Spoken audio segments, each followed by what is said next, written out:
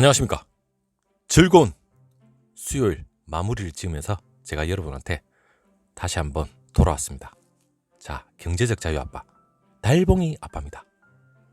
자, 오늘은 좀 여러분 기분이 조금은 좋아지셨나요? 저도 약간 제가 그림을 보고 주가의 그림을 보고 살짝 미소를 띄었습니다.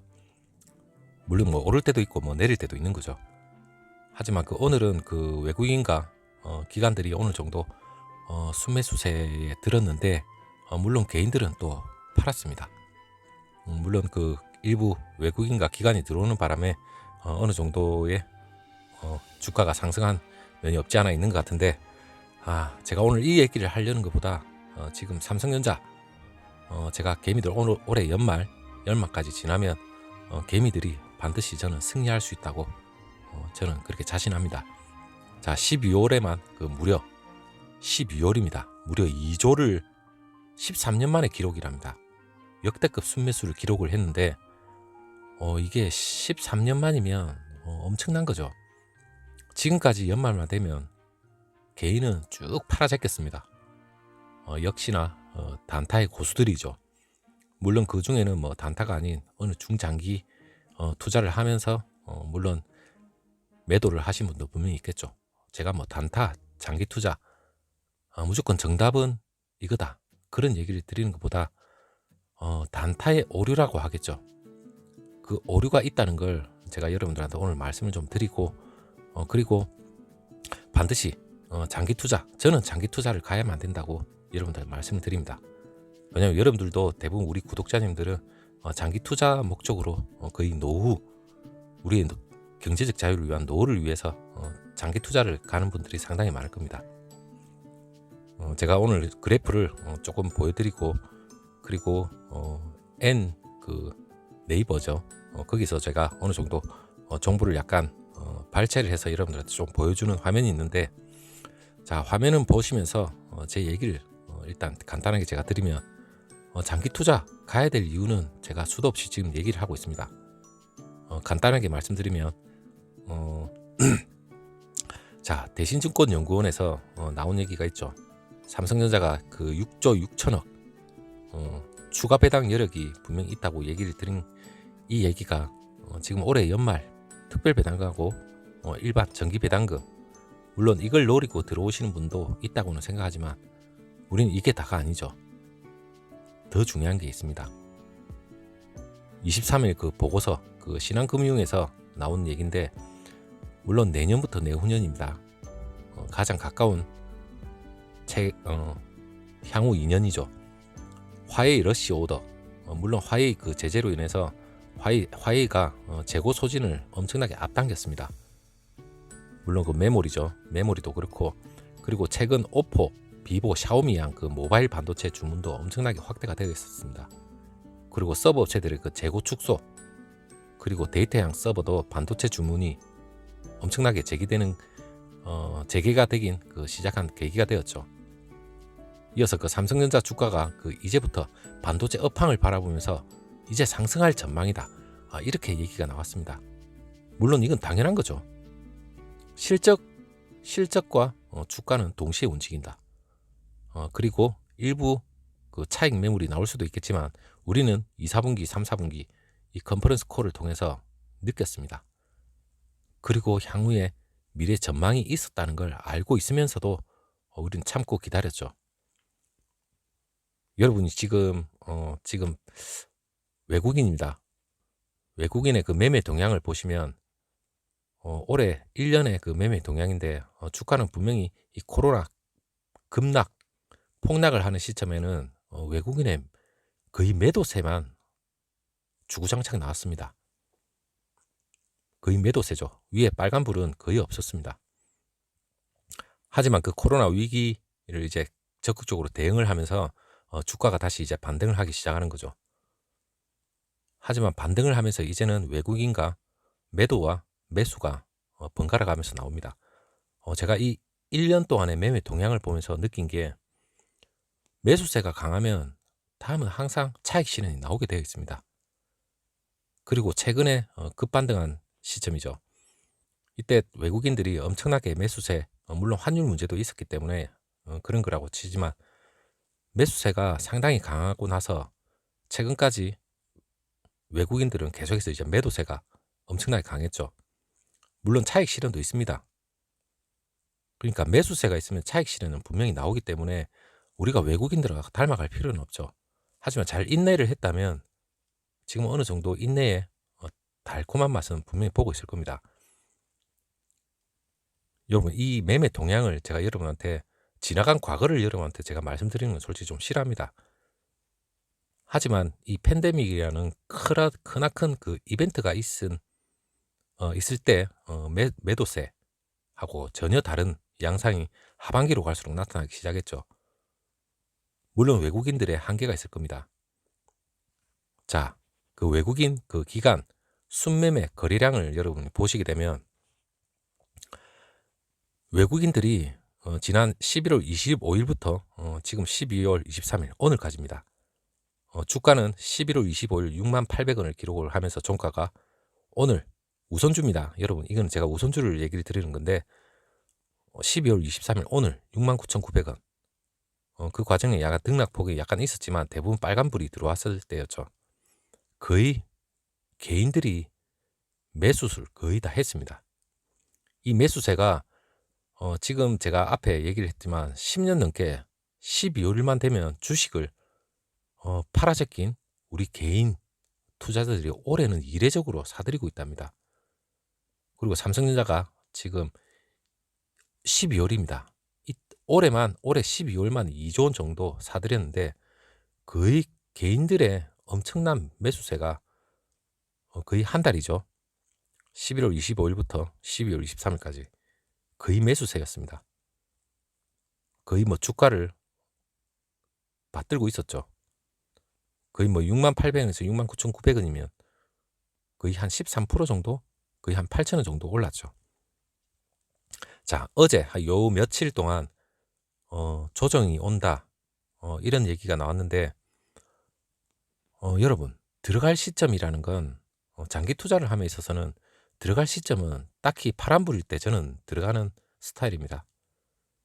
몇몇 유튜버 분들을 제가 비난하는 건 아니지만 물론 과거의 그 추세 그래프를 보고 어느 정도 짐작할 수 있는 거는 짐작이니까 그 전망은 꼭 나쁘다는 건 아닙니다. 하지만 들어가는 시점을 누가 알겠습니까? 그리고 반등할 시점 아무도 모릅니다. 그 시점을 정확하게 안다면 여기 없겠죠. 우리들하고 지금 제가 유튜브에서 여러분들하고 같이 공유를 할 이유도 없습니다. 경제적 자유를 벌써 만끽을 하고 있는 분이죠. 그런 분들은. 하지만 어제만 같은 경우만 하더라도 오늘 다시 주가가 반등을 하고 올라갈 거라고 누가 예상을 했겠습니까? 하지만 그 과거 그래프만 보고 추세만 설명하는 분들은 일반적으로 그 오류가 무슨 오류냐면 좀 더 관망을 해야 된다. 안 그러면 익절을 하든지 아니면 손절을 하든지 일단은 빼고 기다려야 된다. 여러분, 빼고 기다렸다면 그 시점을 어떻게 알겠습니까? 만약에 오늘 아침 시장장이 열렸을 때 바로 매도를 해버리고 좀 더 기다렸다면 오늘 같은 반등은 또 그 차익만큼 손해를 보는 거죠. 물론 가만히 내뒀다면 다시 또 올라갔을 건데 그러니까 우리는 모르는 겁니다. 그래서 장기 투자를 해야 되는 거죠. 예를 들어서 뭐 1% 넘게 2% 넘게 올랐다면 그 차익만큼은 어디서 보상을 받을 겁니까? 그렇기 때문에 우리는 투기를 하는 게 아니라 투자를 하는 거죠. 아무도 알지 못하기 때문에 며칠간 조정이 들어온다고 해서 뭐 공포심에 들어갈 이유도 없고 그리고 당연히 앞에 외국인들이 그만큼 매수를 했으면 당연히 차익 실현 때문에 빠질 수도 있는 거라는 건 우리가 경험을 통해서 우리가 알 수는 있는 겁니다. 그 경험을 우리가 추세로 분석을 한다? 그거는 저는 아니라고 생각합니다. 맞출 수도 없는 거고. 자, 일단은 삼성전자 미래가 너무 밝습니다. 물론 그 메모리 분야만 하더라도 내년부터 반등을 할 거란 그런 전망은 엄청나게 지금 많이 쏟아지고 있습니다. 이제 시작이죠. 그 삼성전자 주가가 그 밸류에이션 매력은 벌써 2020년 3분기에 시작을 했습니다. 그리고 4분기 때는 본격적인 주문량이 증가하기 시작했죠. 그리고 D램 현물가 상승은 4분기 말로 현물가가 상승을 할 겁니다. 그렇다면 D램 고정가는 당연히 2021년 1분기부터 고정가가 반등을 하겠죠. 그렇다면 이 순서대로 한다면 당연히 랠리는 내년부터 시작됩니다. 현재 D램 현물가 상승 구간에 당연히 진입해 있는 단계고, 그리고 내년도 삼성전자 영업이익이 전년 동기 대비 무려 31.7% 증가한 47조 정도로 47조 5천억 정도로 예상하고 있는데, 사업부별 영업이익이 반도체만 하더라도 29조 4천억, 무선 사업부는 12조 5천억 정도, 그리고 디스플레이는 2조 4천억, 가전은 3조 400억 정도. 가전이 상당히 지금 많이 올라와 있는 것 같아요.